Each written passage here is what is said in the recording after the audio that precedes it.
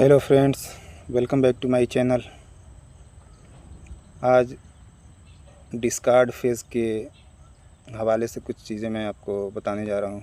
Basic चीज़, किसी toxic relationship में जिसको नार्सिसिस्टिक पर्सनालिटी डिसऑर्डर वाले पर्सन के साथ अगर आप हो, जिनको नार्सिसिज्म भी कहते हैं।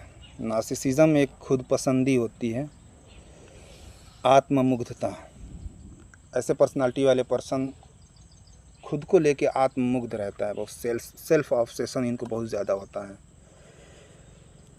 तो एक्चुअल में जो डिस्कार्ड फेस होता है, किसी टॉक्सिक रिलेशन में रहते हुए अगर आप डिस्कार्ड कर दिए गए हो और आप खुद एक सुपर एम्पैथ या एम्पैथ हो,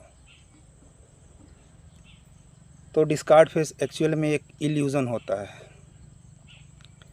जब आप अनअवेयर फॉर्म में होते हो, एम्पैथ जब अनअवेयर फॉर्म में होता है, तो डिस्कार्ड फेस बहुत पेनफुल होता है।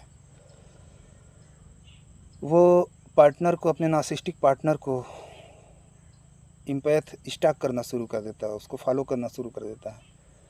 अब उसके इशारों पे ये नाचना स्टार्ट कर देता है। ये पूरा कंट्रोल और पावर इस पे उस नार्सिसिस्टिक पर्सन का हो जाता है। तो नार्सिसिस्टिक पर्सन अगर एम्पैथ से कहता है कि कूदो, तो एक एम्पैथ ये नहीं कहता है कि क्यों। एम्पैथ पूछता है कितना ऊंचा। अगर वो कहेगा जंप, तो एम्पैथ कहता है कि हाउ हाई, कितना ऊंचा कूदें। तो एक तरह का ट्रैप है, इल्यूज़न है। और डिस्कार्ड एक टेम्पररी बेस्ड होता है।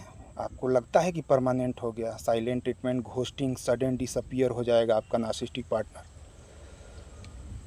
तो ये आपको हर तरीके से ब्रेक करता है, mentally, physically, emotionally, socially cut off हो जाओगे, स्पिरिचुअली, फाइनेंशियली खुद को आइसोलेट कर लेते हो अपने loved ones, near one, dear one से, अपनी फैमिली मेम्बर से, अपने पेरेंट्स से। तो एक नार्सिसिस्ट का जो इससे होता है, ईगो फुलफिल होता है इनको नार्सिसिस्टिक सप्लाई मिलती है उस समय आपसे हाई लेवल की। तो जब आप इस ट्रैप को, इस टेक्निक को समझ जाओ, तो एक्चुअली में एक डिस्कार्ड फेस नार्सिसिस्ट आपसे दूर चला जाए तो आपके भले के लिए ही होता है। It's a blessing in disguise. तो ऐसा तब तक नहीं पॉसिबल होता है जब तक कोई एम्पैथ अवेयर फॉर्म में जब तक नहीं आता है, तब तक वो उलझा हुआ रहता है। जैसे आप रियलाइज़ करोगे तो आपको सारी चीज़ें क्रिस्टल क्लियर हो जाएंगी, एकदम क्लियर समझ